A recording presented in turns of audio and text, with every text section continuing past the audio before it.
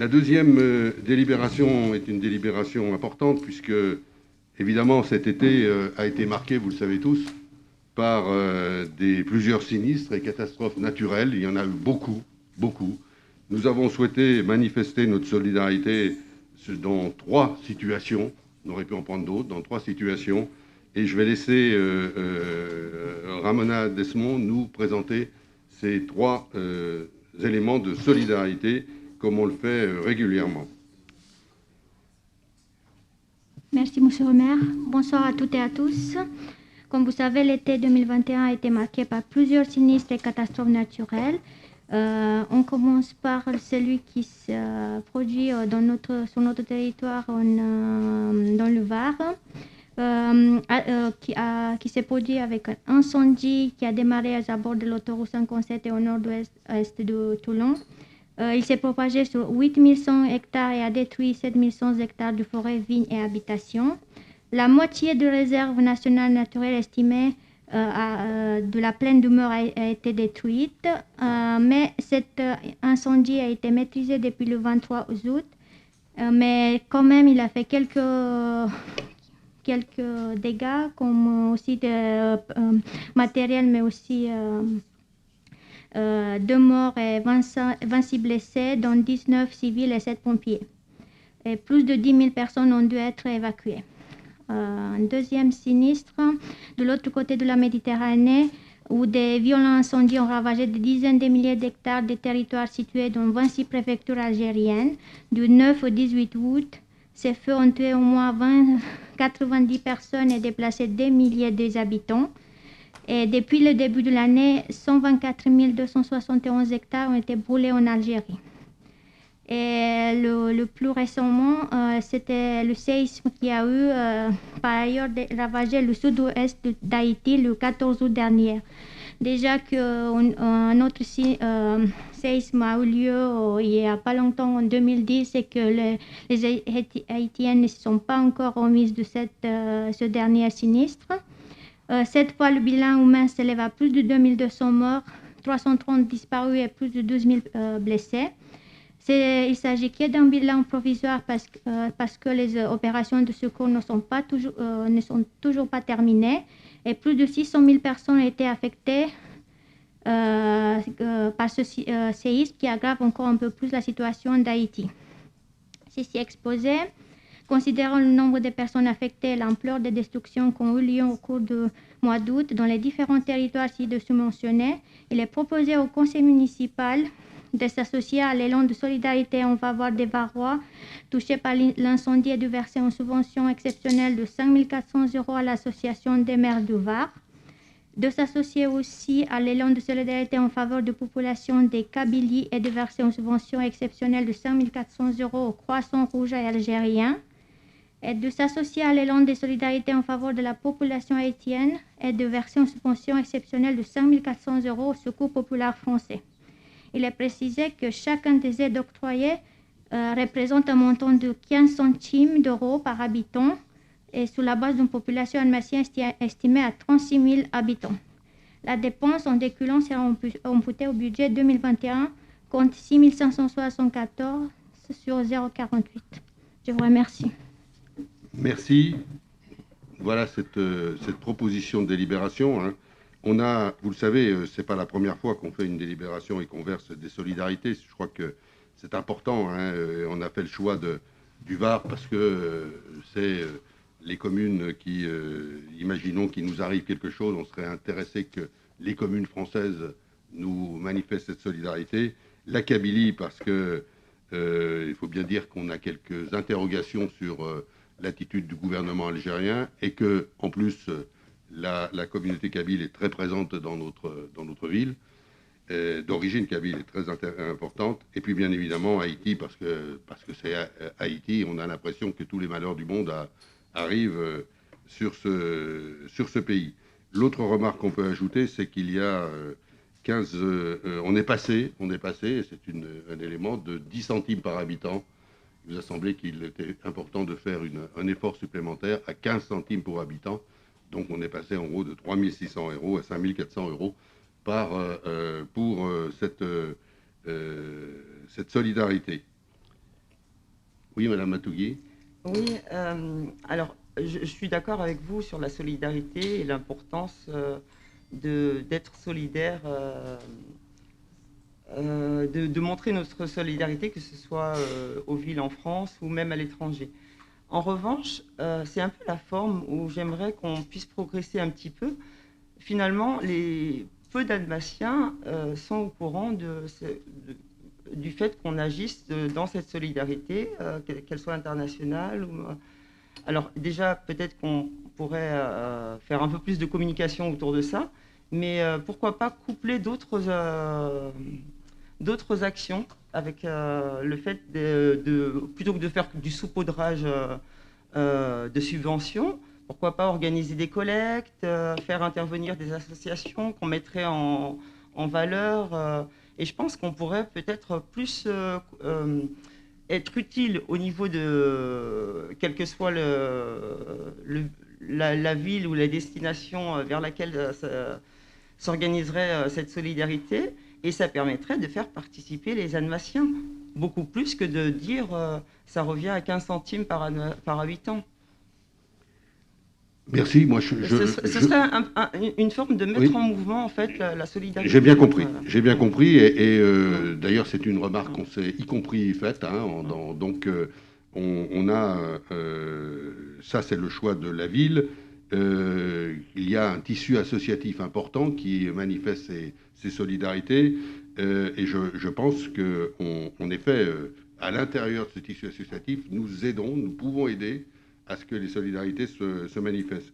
Quant à la communication, moi je me félicite que vous souhaitiez qu'il y ait plus de communication sur ces événements et sur l'effort de solidarité, et je retiens l'idée. Mais je vous ferai une intervention dans un instant qui ira sans doute dans votre sens sur un autre domaine de solidarité. Madame Lachenal.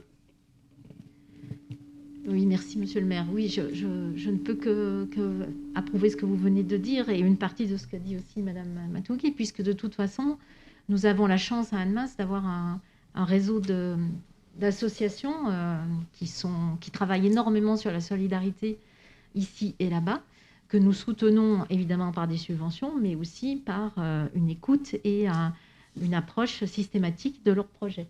Donc, ici, nous sommes sur une identification d'une aide municipale, d'engagement de la ville, et nous avons par ailleurs le soutien aux associations et aux multiples associations travaillant sur la ville en matière de solidarité, et notamment solidarité internationale.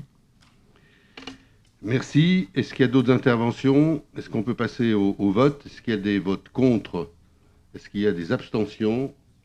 Merci pour cette unanimité. Mais je vais profiter de cette délibération pour vous faire une courte déclaration sur une autre problématique extrêmement grave, c'est la situation dramatique en Afghanistan. Comme vous, je suis sûr, nous avons tous été choqués par la prise éclair de pouvoir par les talibans en Afghanistan. Nous avons vu des scènes et lu dans la presse étonnantes concernant le départ précipité, chaotique des troupes américaines du pays. Et tout ça a profondément marqué notre esprit. La France s'est tenue aux côtés de ses alliés dans ce conflit long de plus de 20 ans, même si les troupes ont été retirées en 2013, je crois, sous la présidence de François Hollande. Mais de toute manière, l'Occident, d'une manière générale, a une responsabilité par rapport à la situation dans laquelle se trouve aujourd'hui ce pays. Et pour de nombreux habitants là-bas, à commencer bien sûr par les femmes, la guerre et l'horreur continuent. C'est pourquoi j'ai souhaité, et nous avons souhaité, que la ville d'Annemasse prenne sa part dans l'accueil des familles afghanes, avec nos capacités, à notre hauteur, que nous nous engagions aux côtés d'associations solidaires, en faisant appel aux associations sociales et d'habitants qui sont prêts à accueillir des réfugiés. Nous l'avons d'ailleurs fait lors de la crise syrienne, et en lien avec les habitants, ça correspond à cet appel à la population que je partage complètement.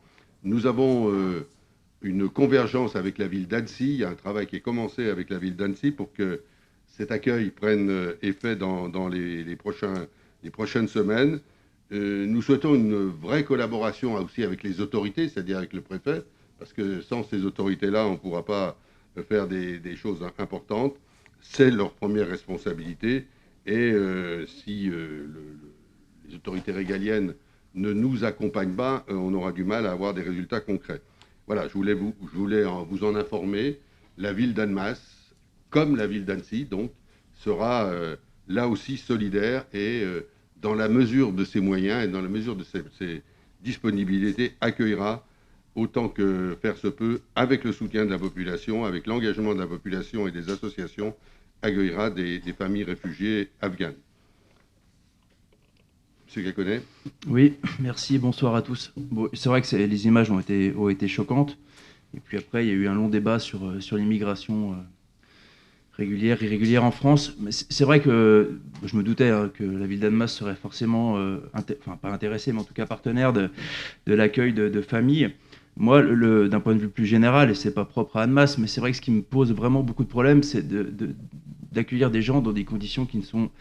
je ne sais pas ce qui va se passer, comment seront accueillies ces familles-là, mais c'est vrai que ce qui est problématique, après, c'est de les voir pendant plusieurs mois dans des gymnases, dans des choses comme ça. Et c'est vrai que pour moi, ce n'est pas non plus l'honneur de la France d'accueillir des familles dans ces conditions-là. Et c'est vrai qu'on voit souvent que les grandes villes sont en première ligne, que ce soit des villes aussi bien écologistes que socialistes ou même de droite également. Mais c'est vrai que moi, si je pouvais faire un vœu un peu pieux, moi je viens d'une petite ville en Franche-Comté, et c'est vrai que quand je vois ces villes qui se meurent petit à petit, où il manque d'enfants aussi pour aller à l'école, où il manque des joueurs peut-être pour tenir une équipe de foot, vraiment dans des petits villages de France, je me dis aussi que l'accueil pourrait passer aussi par ces petits villages qui pourraient redonner un petit peu de souffle. Et je pense que l'accueil serait, entre guillemets, peut-être plus propre, enfin pas propre, mais en tout cas plus différent et peut-être plus apprécié par ces familles qui seraient vraiment intégrées dans le tissu local, plutôt que dans des grandes villes où elles vont se perdre, même s'il y a le lien des grandes associations qui peuvent les accompagner. Mais c'est vrai que j'ai toujours ce problème-là de l'accueil aujourd'hui de migrants. Enfin, quand je dis de migrants, c'est comment dire, ceux qui ont les visas pour pouvoir venir en France. Et c'est vrai que cet accueil-là me pose problème. Souvent, en plus, c'est des personnes qui sont très qualifiées, il ne faut pas l'oublier. C'est des personnes qui ont des bagages, aussi bien des enseignants, des notaires, des avocats, enfin voilà, des gens qui avaient vraiment beaucoup de poids dans leur pays. Et c'est vrai que je me dis, quand je vois l'accueil qui est fait, même s'il est nécessaire dans un premier temps, dans un accueil d'urgence, moi, c'est après la pérennité de l'installation de ces familles-là dans le paysage français. Voilà, c'était juste une remarque personnelle. Donc, moi, je partagerai assez votre idée sur l'accueil par certaines communes, petites communes, qui ont besoin de se repeupler, tout à fait. Sauf que ce n'est pas notre pouvoir. Voilà. Et là aussi, c'est aussi le travail de l'État. C'est pour ça que c'est quelque chose qu'on ne peut pas faire en dehors du lien avec l'État. C'est la première responsabilité d'accueillir des réfugiés. Là, ce n'est pas les mêmes formes de migration, c'est des réfugiés. Et je pense que le suivi et l'accueil de ces réfugiés est intéressant quand on obtient, quand c'est pas une action, c'est pris en compte dans la durée. Moi, je vous rappelle, peut-être qu'on ne l'a pas mis là non plus assez en avant, mais qu'on a accueilli des familles syriennes, ici, 2 familles syriennes, qui sont aujourd'hui complètement intégrées. Les adultes ont pris leur place, et c'est vrai que c'est des gens qualifiés, hein, il y en a un qui est médecin, voilà. Et alors on n'a pas fait de buzz là-dessus, mais ils ont été accompagnés, et on a fait, y compris d'ailleurs par la ville, mais aussi par les associations, hein, il y a eu un vrai soutien des associations, Ancrage notamment a joué un rôle important dans ce cadre-là, et on peut dire que l'intégration de ces personnes s'est faite tout à fait positivement et naturellement. C'est la même démarche qu'on veut essayer d'avoir avec les familles afghanes. C'est pas en accueillir 50, hein. C'est pas créer un camp, c'est au contraire faire que grâce au lien avec la population, en lien avec le préfet, qui ne doit pas cacher ses responsabilités, parce qu'il représente l'État, nous suivrons ces familles, et je suis sûr d'ailleurs que là aussi, on aura le soutien d'associations et de particuliers. Pour vous le dire d'ailleurs, quand on a accueilli des Syriens, moi j'avais été intéressé par une proposition d'un habitant d'Étrembières qui disait « Moi j'ai une grande maison, je voudrais bien accueillir ». Voilà. Et c'est ce genre d'acte de solidarité qu'on peut impulser grâce à cette prise de position, et c'est dans cet état d'esprit que je vous propose de le faire. Oui, Madame Boucher. Moi, je trouve que c'est un honneur pour nous de se positionner de la sorte, et j'aimerais bien, comme le dit Monsieur Gacquenay, que d'autres villes et villages voisins, même s'ils ne sont pas... Enfin, on sait que la Haute-Savoie ne souffre pas spécialement de dépeuplement, mais d'autres villages et villes seraient tout à fait aptes également à se positionner comme nous. L'idée est avancée. Voilà, merci. Je vous remercie pour ces échanges. Et donc, encore une fois, bien évidemment, nous vous tiendrons au courant. On travaille avec la ville d'Annecy et avec le préfet pour pouvoir mettre en place cette solidarité. Merci.